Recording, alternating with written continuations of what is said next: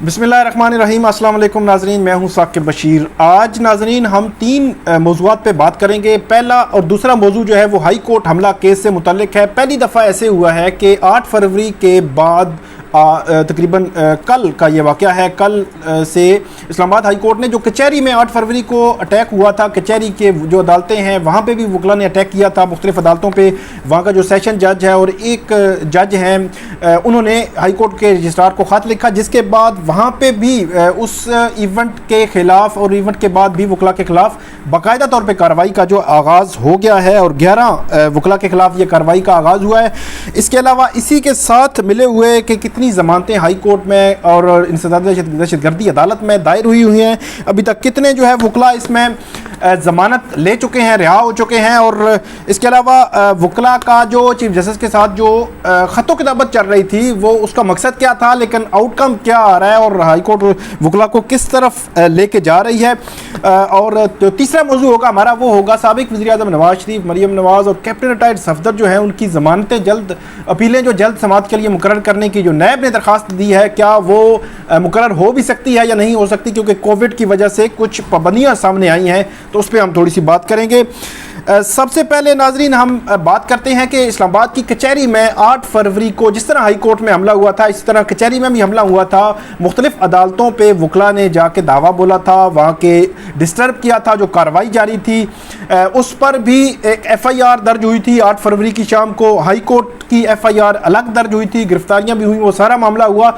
लेकिन पहली दफ़ा ऐसे हुआ है कि 11 वकला के खिलाफ हाई कोर्ट ने मिसकंडक्ट की कार्रवाई का आगाज़ कर दिया है और उसमें रीज़न जो बताई है वो यही बताई है कि हाई कोर्ट जो डिस्ट्रिक्ट कचहरी में वकला ने जो तोड़ फोड़ की, मुख्तलिफ अदालतों को डिस्टर्ब किया, वहाँ पे जो काम हो रहा था, वहाँ जो प्रोसीडिंग चल रही थी उनको डिस्टर्ब किया, वो आइडेंटिफाई हुए हैं। वो CCTV फुटेजेस के साथ और मुख्तलिफ फुटेजेस में वो वकला जो है वो आइडेंटिफाई हुए हैं। उनके नाम भी मैं आपको बता देता हूँ और उसकी तफसीलात भी आपके साथ शेयर करता हूँ। ये बुनियादी तौर पर 11 वकला हैं जिनके खिलाफ कार्रवाई का आगाज़ हुआ है, जिसमें कामरान यूसुफ हैं, उस्मान नासिर हैं, अतीकुर रहमान है, मुस्तफ़ा कादरी हैं, दिलावर खान है, राव अब्दुर्रहीम, सैयद उबैदुल्ला शाह, खुरम फ़रूख और उसके खावर दानियाल और तनवीर सियाल जो है वो इसमें शामिल हैं। और एक रिजवान बारी 11वें जो वकील हैं वो इसमें शामिल हैं। बुनियादी तौर पर जो मिसकंडक्ट की कार्रवाई जारी है, इसमें कंप्लेंट 1 जो थी उसमें 21 वकला थे, कंप्लेंट 2 जिसमें 2 वकला थे और कंप्लेंट 3 और 4 ये पहली दफ़ा कल जो है इस पर समाअत होगी। इसमें कंप्लेंट 3 में एक वकील है और कंप्लेंट 4 में 10 वकील है। बुनियाद ये 34 वकला बनते हैं जिनके खिलाफ मिसकंडक्ट की कार्रवाई जो है वो शुरू हो चुकी है। इसमें जो 23 वकला हैं उनके जो लाइसेंस है वो सस्पेंड हो चुके हैं। 11 के खिलाफ कल जो है वो कार्रवाई होगी और पहली समाअत पर यही होता है कि उनके लाइसेंस जो है वो सस्पेंड कर दिए जाते हैं ताकि वो किसी भी कोर्ट में पेश नहीं हो सकते और अपनी जो वकालत जो है वो जारी नहीं रख सकते। गुज़श्ते समाअत पर जब यहाँ पे समाअत हुई थी हाई कोर्ट में, तो उस वक्त वकला ने बड़ी तादाद में पेश हुए थे और उन्होंने ये कहा था कि आप हमारे लाइसेंस जो है वो बहाल करें ताकि मामला जो है मामूल की तरफ आएँ। उसमें कुछ वकला ने एफिडेविट भी दिए थे और हाई कोर्ट ने ये कह रखा है कि आप आइडेंटिफाई करें, बार को ये कहा है कि आइडेंटिफाई करें किन लोगों ने ये हमला किया था, उसके बाद जो है वो मामला आगे बढ़ सकते हैं। और हाई कोर्ट जो बार है उसको आखिरी मोहलत भी दी गई कि आप आइडेंटिफाई करेंगे कि किन वो लोगों ने ये हमला किया और ताकि ये मामला आगे बढ़ सके। लेकिन 23 वकला के लाइसेंस सस्पेंड हैं। 11 की कल समाअत होगी।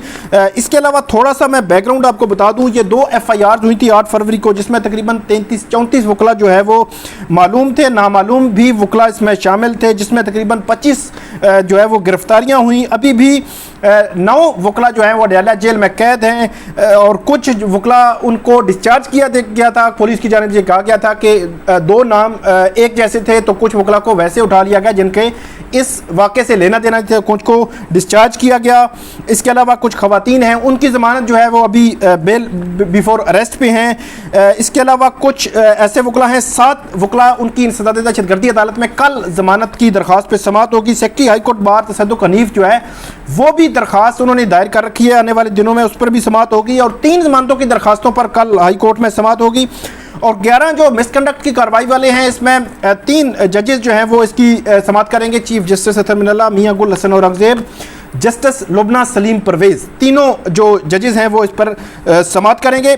इसके इसके अलावा तौहीन अदालत की कार्रवाई जो है वो 32 वकला के खिलाफ जारी है। जो जस्टिस फयाज अहमद जदरान हैं उन्होंने इस पर जो समाअत के बाद आर्गूमेंट्स के बाद फैसला महफूज कर रखा है। दीगर अदालतों में अभी भी केसेस समाअत हैं, 5 अदालतों में मुख्तलिफ जो केसेस भेजे गए थे।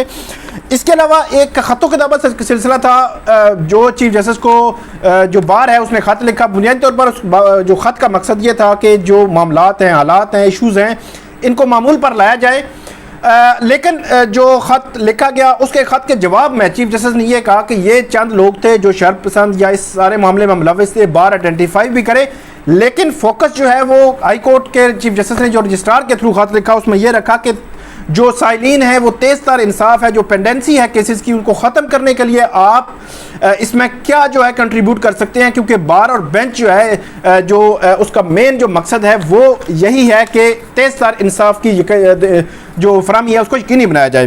तो बुनियादी तौर पर वकला का मकसद उस इशू की तरफ ले जाना था, लेकिन जवाब जो ये आया कि आप तेज़तर इंसाफ की फराहमी में अपनी तजावीज़ दें।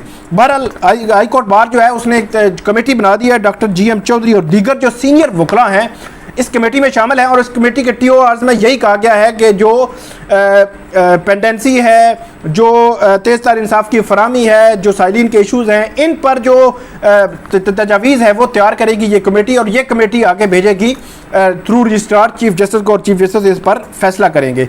इसके अलावा जो तीसरा इशू है वो साबिक वज़ीर-ए-आज़म है नवाज शरीफ, मरियम नवाज़ और कैप्टन रिटायर्ड सफदर, उनकी अपीलें जल्द समाअत के लिए मुकर्रर करने की दरख्वास्त दी है नैब ने इस्लामाबाद हाई कोर्ट में। और नैब ने ये दरख्वास्त देते हुए रजिस्ट्रार जो है उनको वर्बली ये कहा कि 6 अप्रैल के लिए ये अपीलें जो मुतफरिक दरख्वास्त है जल्द समाअत के लिए मुकर्रर करने की जो दरख्वास्त है वो 6 अप्रैल को मुकर्रर की जाए, लेकिन 6 अप्रैल को तो मुकर्रर होती नज़र नहीं आ रही। 8 अप्रैल को वो मुकर्रर होने का इम्कान है, लेकिन इस दौरान जो कोविड का इशू है, कोरोना का इशू है, इसके तनाजुर में हाई कोर्ट ने रजिस्ट्रार को ये हिदायत की है चीफ जस्टिस ने कि वो इम्पॉर्टेंट नोयत के जो केसेस हैं या जो बेल के मैटर्स हैं या इसमें अर्जेंसी हो जिन केसेस में, वो केसेस जो है वो फिक्स किए जाएंगे। इसके अलावा जो केसेस हैं वो फिक्स नहीं होंगे। अब हमने देखना है कि अब नैब जो है वो 8 अप्रैल को जब केस लगेगा, उनकी दरख्वास्त लगेगी, तो वहाँ पे अदालत के सामने इस पॉइंट को साबित वो कर सकते हैं या नहीं कर सकते कि इसमें अर्जेंसी है। जो अपीलें जो शरीफ ख़ानदान की मुकर्रर होनी है इसमें अर्जेंसी है, अगर साबित कर दिया तो फिर जो मुकर्रर होंगी। लेकिन मेरे ख्याल में अगर बात अर्जेंसी पे आ गई तो फिर शायद ये अपीलें जल्द समाअत के लिए मुकर्रर ना हो सकें। लेकिन देखते हैं कोर्ट क्या करती है। 2-3 रोज़ के बाद इस जो नैब की दरख्वास्तें हैं उन पर समाअत होगी। तो ये नाज़रीन आज की हमारी 3 खबरें थीं, इन पर आप कमेंट ज़रूर कीजिएगा। बहुत शुक्रिया।